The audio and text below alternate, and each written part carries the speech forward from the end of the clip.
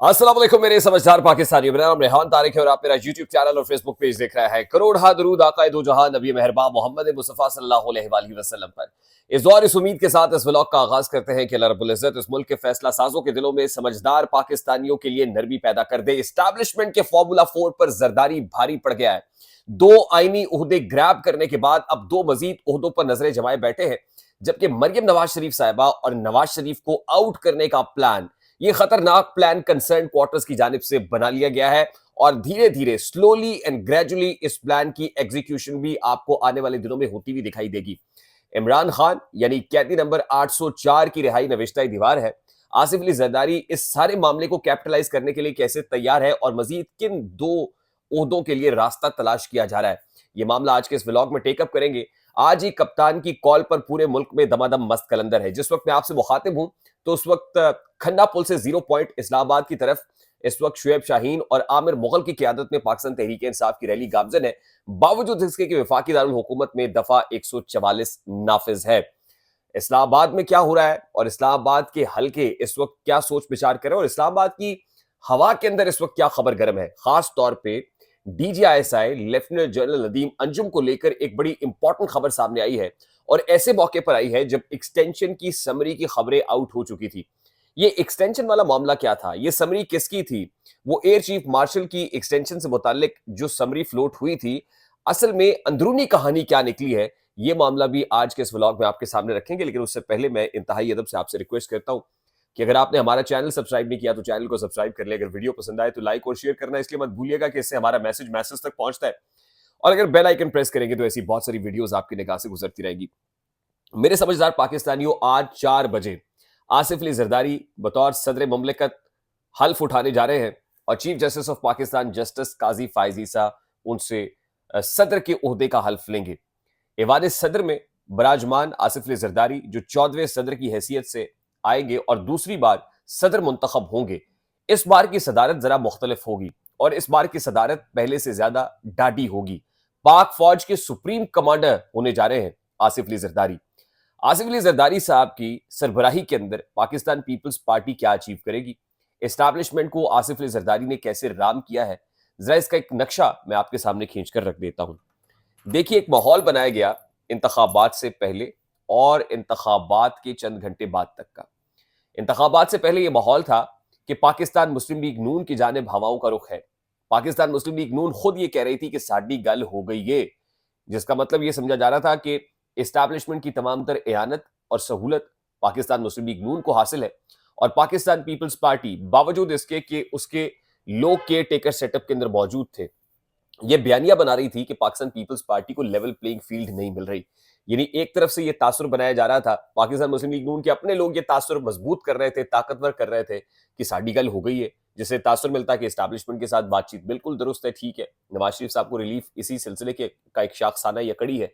और दूसरी तरफ पाकिस्तान पीपल्स पार्टी रोना धोना कर रही थी, शिकवे कर रही थी। बिलावल साहब ने कैंपेन ही इस पर की कि एक पार्टी को प्लेइंग फील्ड मिल रहा है और दूसरी को प्लेइंग फील्ड से उठाकर बाहर कर दिया गया, लेवल प्लेइंग फील्ड नहीं मिल रहा है, और भरपूर बयानिया बनाया।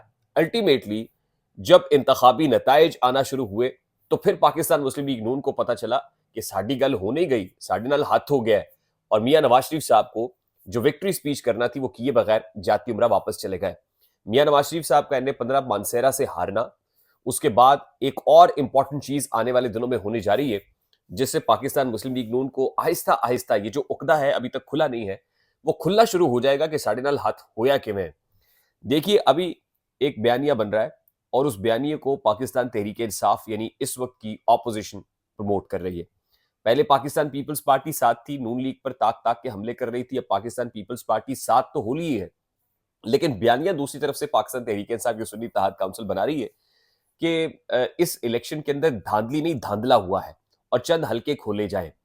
आने वाले दिनों में अगर चंद हल्के खुल गए और उसमें पाकिस्तान मुस्लिम लीग नून के कायद मियां नवाज शरीफ साहब का वो हल्का भी खुल गया जिसमें वो लाहौर से जीते हैं और चंद और लोग जिनको इस्टेब्लिशमेंट ने भरपूर एयानत और सहूलतकारी देकर जितवाया है, अगर वो हल्के खुल गए और वहां से वो नशिस्तें भी चली गईं, तो फिर मियां नवाज शरीफ साहब कहां होंगे?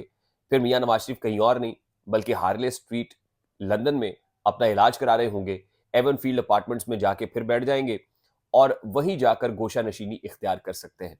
यानी practically message is very loud and clear कि मियां नवाज शरीफ साहब, आपके लिए सिस्टम में, ये सेटअप में कोई जगह नहीं है।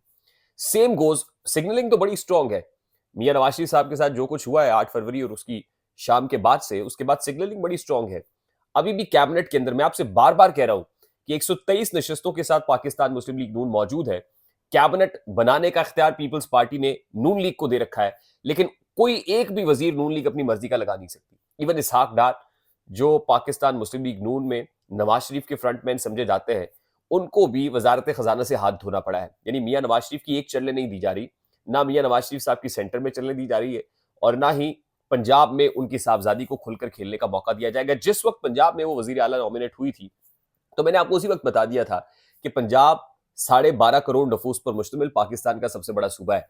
पंजाब का फैसला को पॉलिटिकल स्टेक होल्डर नहीं करता, पंजाब का फैसला ताकतवर हल्के करते हैं। पंजाब बड़ा क्रूशल है उनके लिए और वो पंजाब को छोड़ नहीं सकते। मरियम नवाज शरीफ साहिबा की जो वजारत आला है, वो भी आहिस्ता आहिस्ता आपको एक्सपोज होती हुई दिखाई देगी, और ये कोई और नहीं करेगा बल्कि पाकिस्तान मुस्लिम लीग नून के अंदर बैठे हुए लोग मरियम नवाज शरीफ साहिबा को बतौर वजीर आला चलने नहीं देंगे। ये मैं बड़े बावसूक अंदाज में कह रहा हूं। पंजाब की ब्यूरोक्रेसी मरियम नवाज शरीफ साहिबा को बतौर वजीर आला चलने नहीं देगी। ये 6-7 महीने के अंदर अंदर आपको सारा मामला बड़ी तेजी से एक्सपोज होता हुआ दिखाई देगा। दूसरी तरफ आसिफ अली जरदारी साहब, मैंने आपको बताया था कि एक फॉर्मूला 4 है, और उस वक्त बताया था जब इंतखाबात नहीं हुए थे, बहुत से लोग इससे एग्री नहीं कर रहे थे। एस्टैब्लिशमेंट का फॉर्मूला 4 यही था कि 2 साल नून लीग, 2 साल पीपल्स पार्टी और 4 साल आईनी मुद्दत कर दी जाए असेंबली की। फिर कहा अच्छा चले 5 साल रहने दे, 2.5 साल पाकिस्तान मुस्लिम लीग नून, 2.5 साल Pakistan peoples party. Peoples party ने इस फॉर्मूले को एब्सोल्युटली नॉट कह दिया। आसिफ अली जरदारी इस पे एग्री नहीं हुए। वो समझते हैं कि हमें खैरात में हासिल की हुई वजारत उज़्मा नहीं चाहिए, हम छीन के वजारत उज़्मा पर बैठेंगे, उसकी लेजिटिमेसी ज्यादा होगी। और वो ये समझते हैं कि हमें किसी के कांधों पर नहीं, यानी अभी जैसे पाकिस्तान मुस्लिम लीग नून मांगे तांगे की हुकूमत कर रही है, हम मांगे तांगे की हुकूमत नहीं लेंगे। 2 अहम ओहदे आसिफ अली जरदारी साहब ने ग्रैब कर लिए हैं। एक ईवान सदर का है, सदर ममलिकत का ओहदा आसिफ अली जरदारी साहब के पास आ गया है। दूसरा जो ओहदा है, उसके लिए वो पूरी भागदौड़ कर रहे हैं, और मोस्ट प्रोबेबली चेयरमैन सेनेट का ओहदा भी वो उचक ले जाएंगे। उसके बाद उनकी नजर पंजाब के ऊपर होगी। पंजाब में रिवाइवल कैसे होगा, उसको रिवाइव करने के लिए, यानी पाकिस्तान पीपल्स पार्टी को रिवाइव करने के लिए मरियम नवाज शरीफ साहिबा को फ्लॉप किया जाएगा, और एस्टैब्लिशमेंट की भरपूर एयानत और ब्यूरोक्रेसी की एयानत के साथ मरियम नवाज शरीफ साहिबा को चलने नहीं दिया जाएगा। बड़े बावसूक अंदाज में मैं आपको कह रहा हूं। और दूसरा उनका जो ड्रीम है, that is to make Bilawal prime minister. ये हुकूमत 5 साल पूरे नहीं करेगी। आप 1.5 से 2 साल के अंदर अंदर देखेंगे कि हालात इस नहज पे आएंगे कि बिलावल के वजीर आजम बनने के नारे सिर्फ पीपल्स पार्टी नहीं लगाएगी, बल्कि बहुत सारे और जो कंसर्न क्वार्टर्स होते हैं ना, फैसला साज होते हैं, वो भी नारा लगा के बिलावल को वजीर आजम ले आएंगे। और आप यूं समझ लीजिए कि नून लीग का ये आखिरी दौर या आखिरी स्पेल चल रहा है, और उसके बाद बहुत सारी चीजें आपको पाकिस्तान पीपल्स पार्टी की रिवाइवल की सूरत में, एस्टैब्लिशमेंट की बेहतरी की सूरत में दिखाई देंगी। अब एक फैसला होता है जो लोकल एस्टैब्लिशमेंट करती है, और एक फैसला ऐसा होता है जो इंटरनेशनल एस्टैब्लिशमेंट करती है। इंटरनेशनल एस्टैब्लिशमेंट में एक तब्दीली की खबर भी है, और तब्दीली अगर बाइडेन एडमिनिस्ट्रेशन जाती है, यानी डेमोक्रेट्स जाते हैं, रिपब्लिकन आ जाते हैं, जैसे डोनाल्ड ट्रंप बड़ी तेजी से आ रहा है, और मैं आपको बार बार बता रहा हूं कि 5 नवंबर बहुत इंपॉर्टेंट है। अब ये मौजूदा एस्टैब्लिशमेंट इंटरनेशनल एस्टैब्लिशमेंट के साथ अपने मामलात को दुरुस्त करने के लिए वहां पर अपना बंदा चाहती है, और लाइकली नदीम अंजुम साहब को, जो DGISI हैं, जिनकी एक्सटेंशन से मुताल्लिक जो समरी है वो केयर टेकर प्राइम मिनिस्टर के पास गई थी, लेकिन केयर टेकर गवर्नमेंट ने कहा था क्योंकि हमारा मैंडेट नहीं है। अब मैं वो एक्सटेंशन वाली खबर पे आ रहा हूँ। 7 फरवरी को एक्सटेंशन की जो समरी शहबाज शरीफ साहब के यानी प्राइम मिनिस्टर ऑफिस में गई, वो एक्सटेंशन की समरी किसी और की नहीं थी, बल्कि अब जरा ये दावा कर रहे हैं कि वो नदीम अंजुम साहब की एक्सटेंशन के हवाले से समरी भेजी गई थी। और नदीम अंजुम साहब की एक्सटेंशन से मुताल्लिक जो पहली समरी थी, वो till further orders, care taker government ने कहा था कि टिल फर्दर ऑर्डर्स, और वो फर्दर ऑर्डर्स जो मैंडेट लेके गवर्नमेंट, इलेक्टेड गवर्नमेंट आएगी, वो देगी। यानी अब शहबाज शरीफ साहब के टेबल पे जो समरी गई, वो एक रस्मी कार्रवाई थी, और वो नदीम अंजुम साहब की एक्सटेंशन की समरी थी। अब उनका टेन्योर, यानी उनको मजीद एक्सटेंशन देने की खबर नहीं है, बल्कि उनको बतौर डिप्लोमैट, बतौर एम्बेसडर US के अंदर अपॉइंट करने की खबर है। और खबर इसलिए है कि वहां पर जो लोकल एस्टैब्लिशमेंट है, वो इंटरनेशनल एस्टैब्लिशमेंट के साथ, अमेरिका के साथ किसी भी मुमकिन तब्दीली की सूरत में अपने हालात को बेहतर रखना चाहती है, खुशगवार रखना चाहती है, इंटरनेशनल फ्रंट के ऊपर भी, और फिर यहाँ लोकल फ्रंट के ऊपर जो तब्दीलियां आए। अब लोकल फ्रंट पे जो तब्दीली आ सकती है वो ये है कि इमरान खान साहब की रिहाई मैं आपको बार बार कह रहा हूं कि नविश्ता दीवार है, ज्यादा देर तक आप वो अंदर रहने के नहीं है। अब बाहर जब आएंगे तो इस्टेब्लिशमेंट कैसे संभालेगी? बाहर वो सड़क भी गर्म करेंगे, पार्लियामान के अंदर भी एहतजाज कर रहे हैं, आज भी पूरे मुल्क के अंदर दमादम मस्कल अंदर है, पुलिस की तरफ से हर तरफ रैलियां पहले निकाल दी जाती हैं जब तहरीक इंसाफ से भी पेशतर। अब उसके लिए लाइकली मैं पहले भी आपको कह रहा हूं, दोबारा मैं इस बात को रिएट्रेट कर रहा हूं कि पाकिस्तान पीपल्स पार्टी तहरीक इंसाफ के साथ हाथ मिला के इस सिस्टम के अंदर कुछ चेंज लेके आ सकती है। और इमरान खान साहब को ये ओपन फील्ड दिया जाएगा कि एक सिस्टम के अंदर अगर आपको चेंज लाना चाहते हैं, सिस्टम के अंदर रह के खेलना चाहते हैं, तो you are more than welcome. हो सकता है पीपल्स पार्टी के साथ हाथ मिले और नून लीग की इस हुकूमत का धड़न तख्ता हो और जो है वो एक नया मंजरनामा बन जाए और उसमें जो बाकी मानदा 2 ओहदे हैं ना, वो भी पीपल्स पार्टी हासिल करने में कामयाब हो जाए। तो आने वाले दिनों में बहुत सारी चीजें, यानी अभी जो आपको दिखाई दे रहा है, ये स्टेबिलिटी, ये कयाम पजीरी, ये जुज वक्ती है, ये कुल वक्ती नहीं है। और आने वाले दिनों का बंदोबस्त एक जरदारी जो ईवान सदर में आके बैठ गया है, उसने कर रखा है। वो इस्टेब्लिशमेंट के साथ इतनी भरपूर बार्गेन पोजीशन में आ गया है कि वो बंदे जो फेडरल कैबिनेट के अंदर हैं, वो भी जरदारी साहब के हैं।